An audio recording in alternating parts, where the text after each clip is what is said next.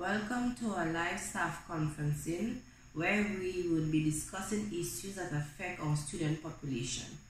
I am Monique Jones-Wallace, and with me this evening are early childhood practitioners Sharon James, Kiswana Charles, and Sparkle Joseph Edwards.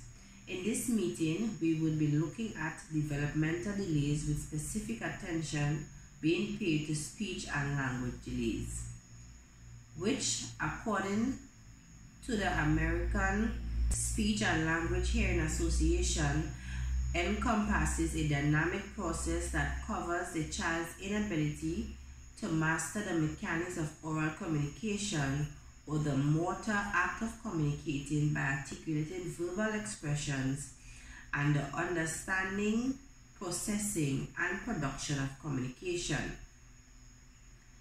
This area of focus is very varied and covers aspects such as stuttering or disfluency, where there is interruption in the smooth flow or fluency of speech, or articulation disorder, where there is difficulties in articulating specific types of sound and often involves substitution of one sound for another, slurring of speech, or indistinct speech.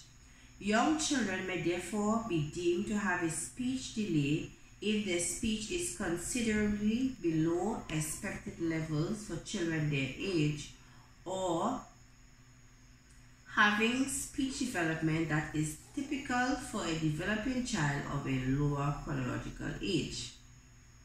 Speech and language delay can manifest itself in two ways. Firstly, expressive language disorder, where a child has not developed the use of speech at the typical age due to a brain dysfunction that results in an inability to translate ideas into speech, and secondly, through maturation delay, a condition where delay occurs in the maturation of the central neurological process required to produce speech. To confirm our suspicions, we thought it necessary to conduct assessment, come up with strategies that can be used to assist the student, and outline some long-term challenges he may experience due to this delay. So join us as we relay some very valuable information that can assist you if facing a similar situation like we did. In laying the foundation, it must be noted that observation is an important assessment technique, as it is a primary tool that can assist practitioners in documenting what is going on in the classroom setting. According to Marshall and Roseman 2018, observation is the systematic account of events, behaviors, and artifacts of a social setting, while assessment is any method that is created to collect information about a learner or group of learners' knowledge, attitudes, or skills. Thus, when combined, observation and assessment is all about taking a closer look into the lives of learners as a way to better understand what they are experiencing and the help they would need to improve their area of challenge. The first observational assessment technique we sought to utilize was a speech and language observational checklist to see if little Leon actually had a delay.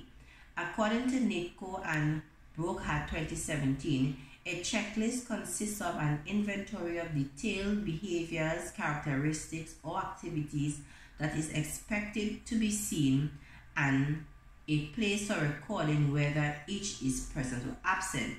Some of the things the checklist was looking to document in Leon was if he could respond to his own name, use 10 words, is learning new words every day, follows instructions, can ask for help, and if he understood if he's understood by his friends, teachers, and familiar adults.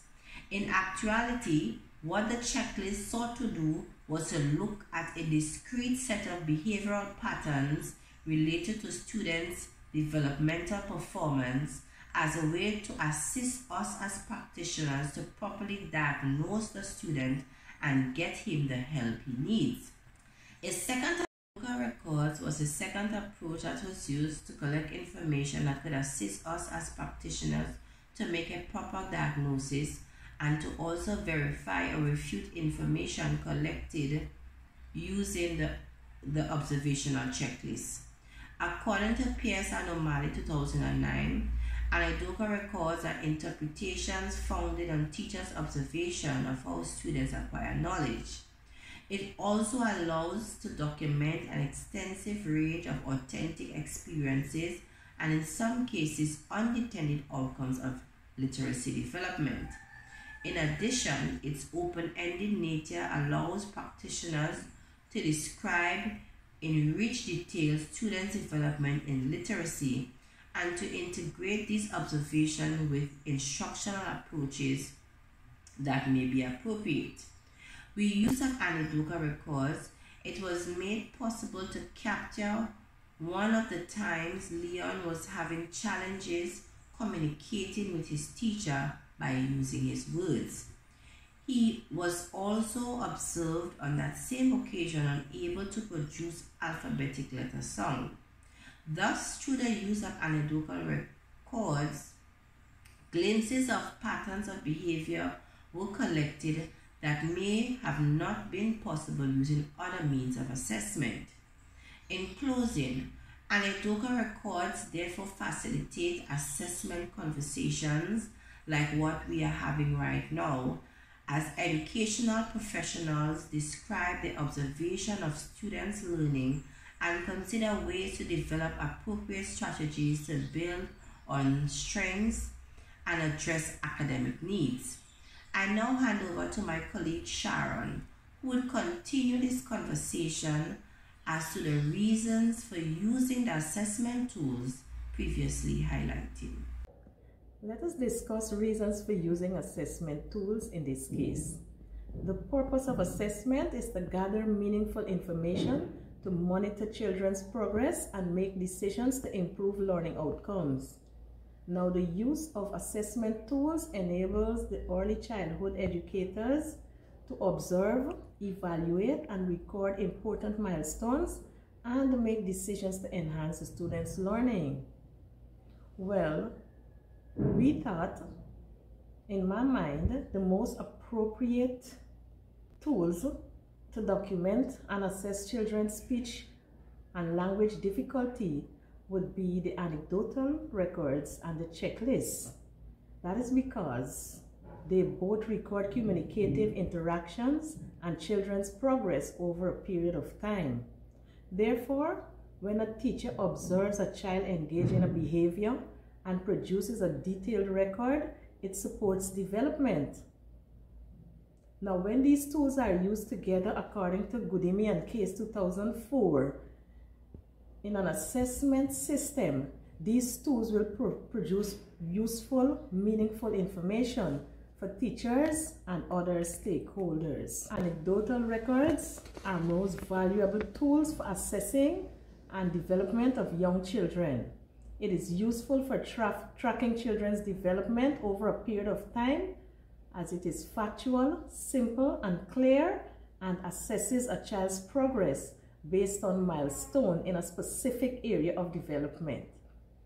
Whereas the checklist is also described as the most effective and efficient tool when observing a child's behavior and skills, as it provides the teacher with a powerful measure of the ability of the child. Now, we can say that both anecdotal and checklists provide useful information to identify children who lack appropriate progression in a particular area of development. Now, this is a reason for choosing these two as our tools for assessment. I will discuss with you how often the tools were used and in what situation. The child Leon was observed for over a period of 1 month using the anecdotal and checklist observation methods to monitor and make recommendations for his speech and language delay. Now, during the first 5 days, a developmental checklist was used to identify the behaviors that were observed in the domains such as expressive and receptive language, social and emotional, intellectual, and self-help skills. And then in the last week, the checklist was used again to collect and assess the information in order to set goals for the child and plan activities that would help the child to progress. We learned that the checklist provided both what the child can do and what the child cannot do. Then the anecdotal records were used in the second and the third weeks. Those were used to gather information which provided detailed and descriptive evidence of the specific incidents. 2 specific incidents were identified, one at snack time, in which Leon needed assistance to open his snack. So he made a loud noise to get the teacher's attention and then pointed to his snack, and the teacher walked across and opened his snack. Then on the playground, there was another incident where Leon would run behind the children, and when they stopped, he would hit them and make a sound for them to continue. So we see here that the combination of the anecdotal records and checklists would be the best to learn about child's physical development. And since they are useful in finding out something that is particular and precise, my colleague Kiswana will now discuss with you the strategies. Hello, my name is Kiswana Charles, and I will be discussing the strategies needed for the development of the delay. Speech and language therapy. Speech and language therapy is a treatment for most kids with speech and/or language disorders. It is an excellent strategy because it allows children to communicate their basic needs and wants to others. In this instance, it can be used to give the child the initial opportunity to communicate, to enhance alternative communication methods to help with social skills, build on language and articulation. Also, scaffolding. That is a process of temporarily providing support to a learner within a social context, and then gradually withdrawing this support as the learner becomes capable of independence in performing tasks. Scaffolding can be used in this case to support the child's speech and language development, as it assists and encourages speech and communication. This will require a lot of one-on-one activity between the teacher and the child. Using speech therapy and verbal scaffolding. Use self-talk. With this, you can talk about what you are doing, seeing, hearing, or feeling, and the purpose is for the child to see and hear you, and it is important to use short, simple words. Use parallel talk. This is simply using words to say what a child is doing, seeing, hearing, or feeling. It works by using short phrases. Don't anticipate the child's needs. In other words, give him the opportunity to communicate with you what he wants, even if it is through gestures such as pointing. And this can be a class effort whereby peers allow him to communicate what he wants and not be his mouthpiece. Delay responding to the child, and this may sound negative, but it encourages speech. If the child uses gestures or babbles, you can pretend you don't understand for a few seconds or ask questions which aren't close to what the child wanted. And when saying what the child really wants, you can say, "Oh, so you want to play?" Next time you should try to say, "Let's play." On the other hand, if the child says something meaningful, then he should be responded to immediately, as it is a growing process and we cannot expect too much from the child at one time. Tempt the child to communicate. This works by starting or ending a process that the child does or does not wish to continue. It is a sort of bribery mechanism which tempts interaction. This works by changing routine or sharing small amounts of an item which a child may want more of, or offering them things you know they do not want. Use your speech. This is where language is modeled, so don't use baby talk. Pronounce words properly, name real-life things or actions, and speak slowly and clearly. Repeat what they said to show you are listening, and praise them for speaking, and encourage them to repeat what was said right. Most importantly, give them a chance to respond. And lastly, echo and expand on what your child says. This strategy allows for the expansion of language. So whatever the child says, you repeat and add to it. For example, if the child is playing and the child picks up the toy and says toy, you say my toy. Or if the child's words are in the wrong order, you correct it. For example, if the child says hurts tummy, you can say my tummy hurts. Thank you. Hi, so I am going to be discussing the long-term effects of speech delay. Language delay occurring at the early stage is likely to have long-term effects in the areas of education, health, and the well-being of persons, and potentially the advancement of solidarity in society, according to the Center of Research Excellence. The effects include diminished reading skills, poor visual and spelling skills, behavioral problems, and impaired psychosocial adjustments. There's also risks for developing learning disabilities upon reaching school age. There's also the challenge of written language. Children who display signs of delays in language advancement skills at the age of 5 were more likely to face mental health issues than children who did not face language setbacks. Children who experience developmental language disorders into adulthood face numerous problems with psychosocial adaptation, such as academic, vocational, and social interactions. They are also more susceptible to literacy issues, as well as issues with wider academic advancements and mathematical skills. Language delay is definitely connected to academic issues even into adulthood. Issues with speech delay is as they become adults, there may be lower skilled jobs than those who have not faced or who does not face speech impairment. Another long-term effect of speech delay are issues relating to self-esteem. When a child realizes their abilities differ from those of their peers, so that could cause, for them to question their self-worth and different things when they realize that there's a difference between their peers and themselves. They may look at themselves as being less than. Then there's the problem of isolation. And this can become a long-term issue for children as they develop because they may be unable to function in group activities and situations. This can affect the ability to build and maintain relationships and friendships.